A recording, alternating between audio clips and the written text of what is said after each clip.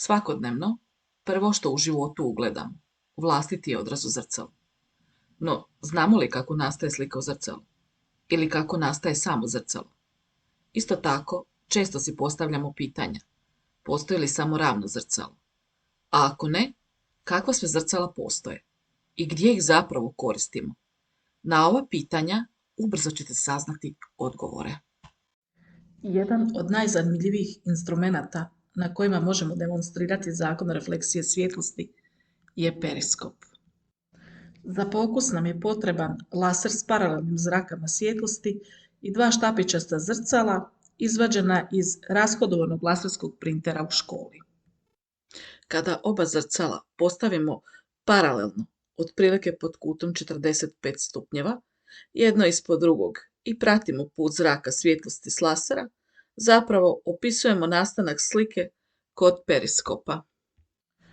Kako je periskop kao uređaj jako zanimljiv učenicima, sami su željeli vidjeti kako on zaista funkcionira, pa su došli na ideju izraditi jedan od duge vodovodne cijevi, jer se naša učionica nalazi u potkrovlju, prozori su vrlo visoko.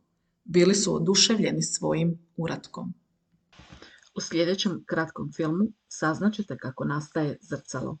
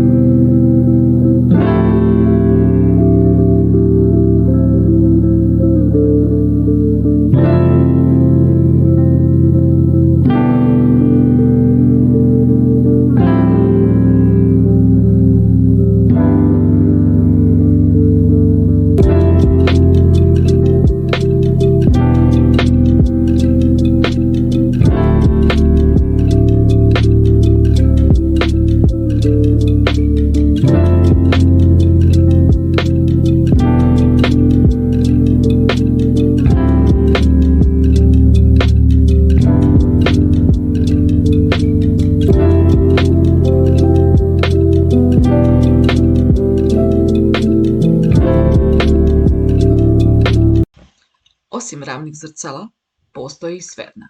Ona su nam puno zanimljivija. Pogledajte kroz fokus zašto. Za pokus smo koristili laser s paralelnim zrakama svjetlosti i jedno sferno zrcalo izvađeno iz rashodovanog laserskog printera u školi. U pokusu se vidi da postoji točka u kojoj se skupljaju sve zrake svjetlosti. Zovemo je fokus i ona nam je zapravo u ovoj cijeloj priči izuzetno bitna.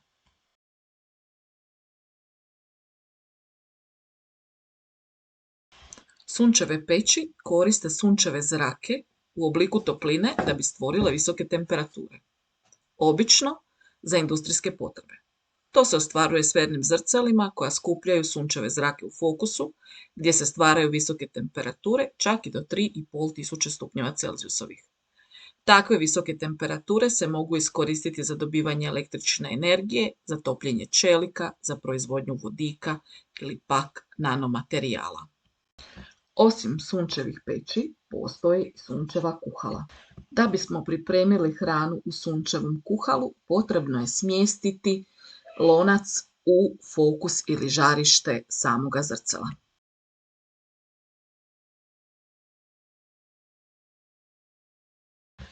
Na starom kišobranu, uz pomoć aluminijske folije, napravili smo naše sunčevo kuhalo.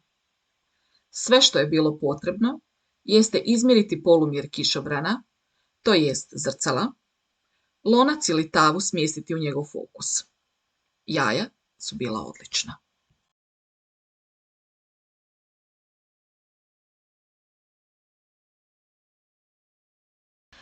Osim sunčevih peći i sunčevih kuhala, brojne su primjene sfernih zrcala. Tako su sferna zrcala dio teleskopa, a posebno radioteleskopa, koji upravljaju satelitima, mikroskopa, kao dijelovi automobila, retrovizori i dio svjetlosnih lampi koje nazivamo farovima, kao prometni znakovi, pa čak i olimpijski plamen palimo putem sfernih zrcala. I tako došli smo do samoga kraja. Nadam se da ste u ovoj priči saznali nešto novog. Hvala vam na pažnji.